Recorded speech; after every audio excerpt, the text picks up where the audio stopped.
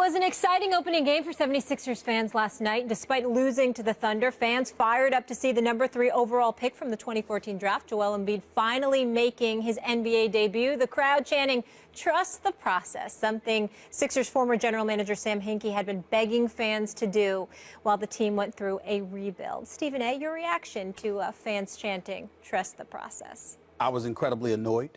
For those out there that may need to be reminded of, long before, I'm here on First Take and, an NBA analyst for ESPN and hosting my own radio show on Mad Dog Sports Radio and all of that. You're going to be doing a fight? You're calling a fight? I'll be calling a fight November 5th, calling the Manny Pacquiao fight, my first ever color commentary on a boxing match.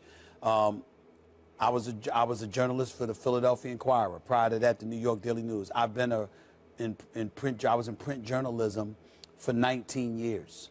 I was at the Philadelphia Inquirer for nearly 17 years. I covered every day of Allen Iverson's first 10 years in the NBA, every single game, every day. I know this city. It's a phenomenal city. And listening to those chants last night, as much of a great sports town that I just said Philadelphia is, and has been, this annoyed me beyond measure.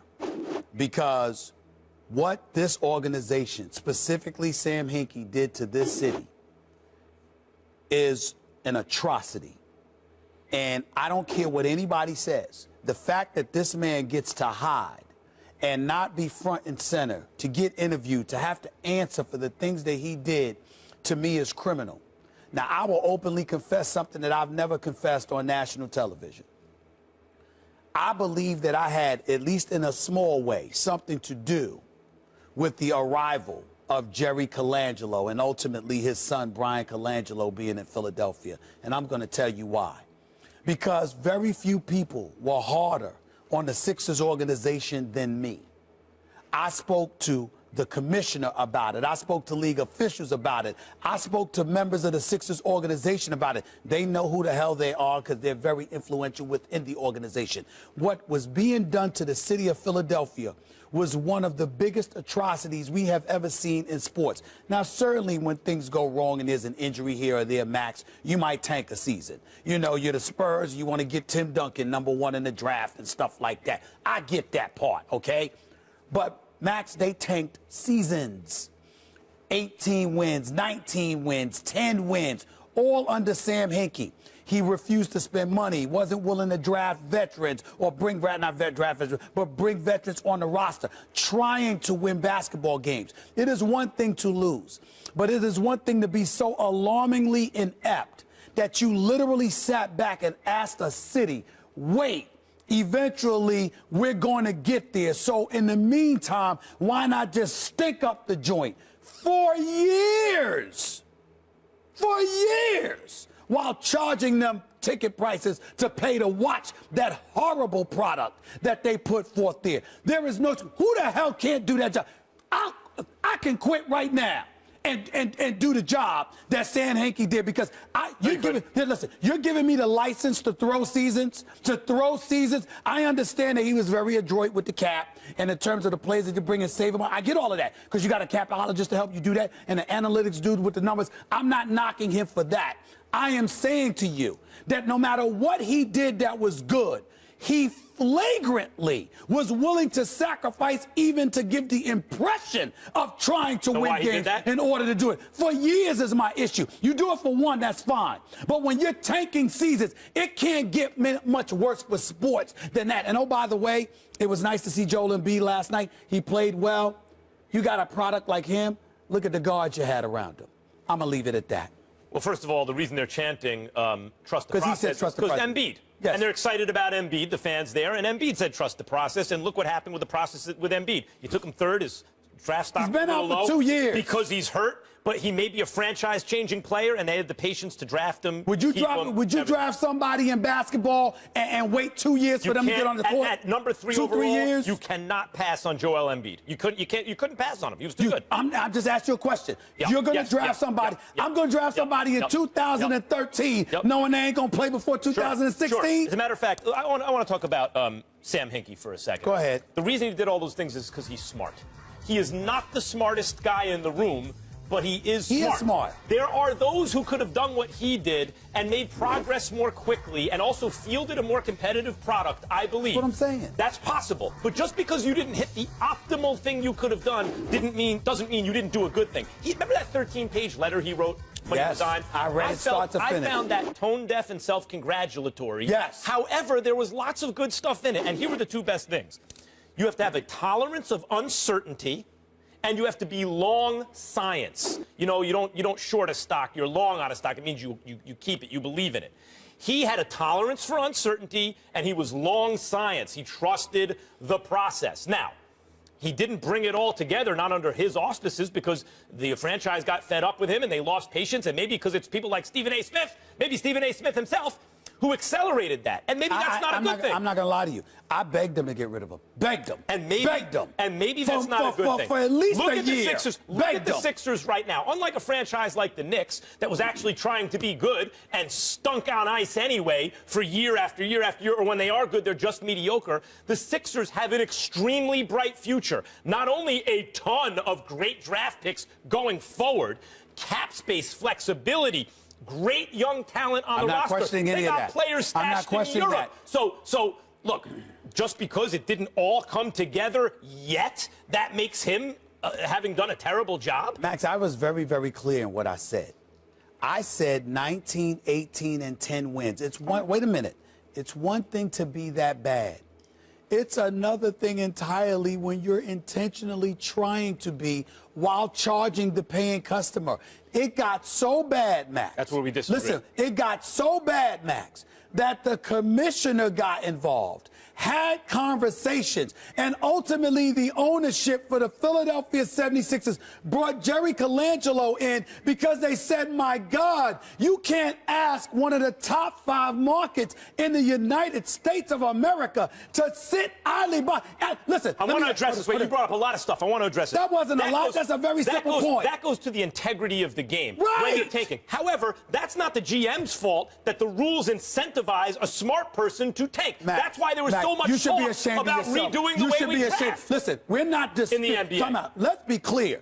Your point is clear. My point is clear. I'm saying you should be ashamed of yourself. You should be ashamed of yourself. Wait. Max, This is the point. shameful. This is the point, and you brought it up. Max. You brought it up. You said if you're trying to win and you stink, that's okay. Wrong. You would much rather be a team of a. Wait. Guys, You we're would much taking a rather- break, but we're coming back to this. Finish your last point. You would much should rather be ashamed of yourself. You would Seriously. much rather. You should be ashamed.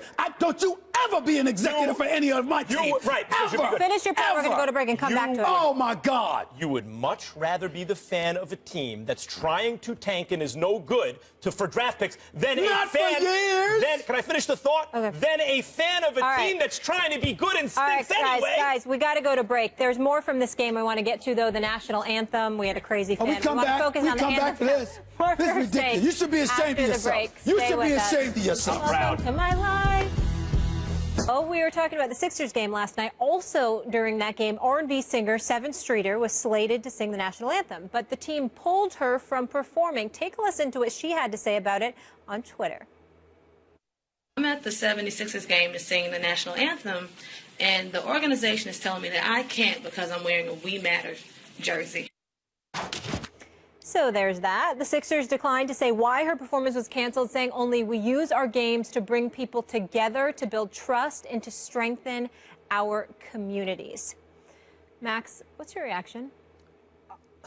I find that a problematic statement from the Sixers. That's a problem for me. We Matter is somehow divisive. We Matter doesn't bring people together. I'm an American, and I'm a human being.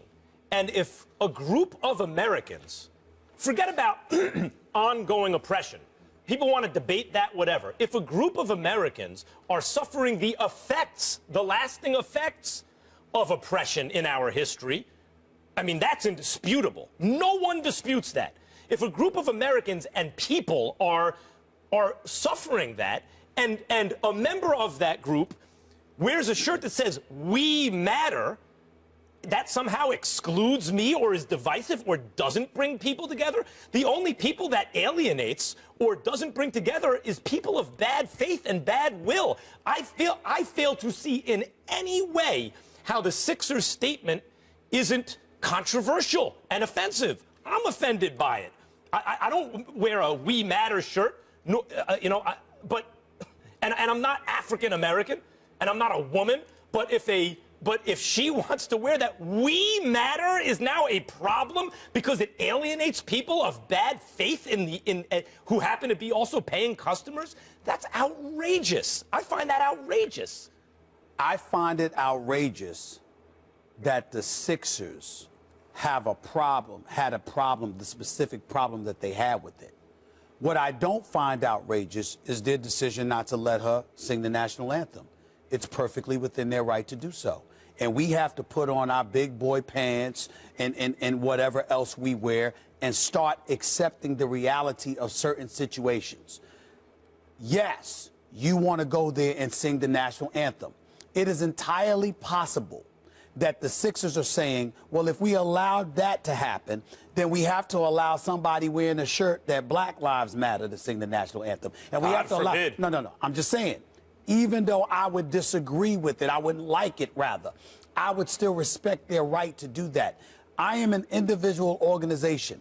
The NBA is not a public industry. It's a private industry. They have the right, under the umbrella of the National Basketball Association, to enforce rules and regulations that they deem beneficial to their overall bottom line. They don't have the right to do it. I got it. I understand that. What I'm saying to you is that if they're sitting there and they're saying, we're going to eradicate any kind of political statement from being made in our venue at the singing of the national anthem, they have a right to do it. They have a right to do it. Let me tell you why they have a right to do it. That argument fails because that's not the argument they made. If the Sixers' statement, I'm reacting to their statement, not just her saying they won't let me do it, was, look, social and political issues can be a slippery slope, the way the NFL doesn't let you even do a cancer awareness thing because who knows what the next statement will be. And we don't want...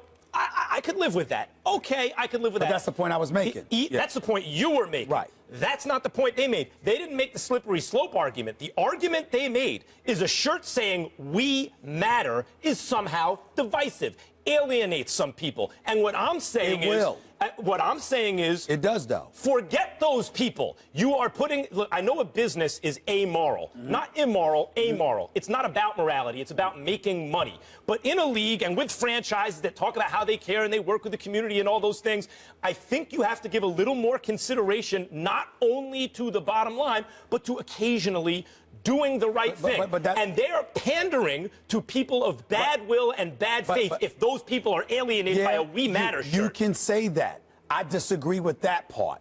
At the end of the day, if your bottom line is for patrons to come and enjoy the game and to make sure no political statements... Then say that. I'm just saying. They could have articulated their position better, but there is no question in my mind that they have not only do they have a right to do it, I can understand where they're coming from in terms of not wanting that to happen. You know how much of a privilege it is for any kind of artist to sing the national anthem at a venue. It's something that a lot of them clamor to do. So while you've gotten that opportunity to do so, I'm not saying that the young lady did anything wrong. I'm simply saying that if the Sixers sit up there and say that's not something they want. If they said love your neighbor, if they said love your neighbor, would that be bad? Now they're going to have a dress code then to dictate artists what they can't wear. You also have to take into consideration, we are talking about the city of Philadelphia, which is as blue collar as it gets, and you never know what level of fear comes attached with political statements being made if they find it disagreeable.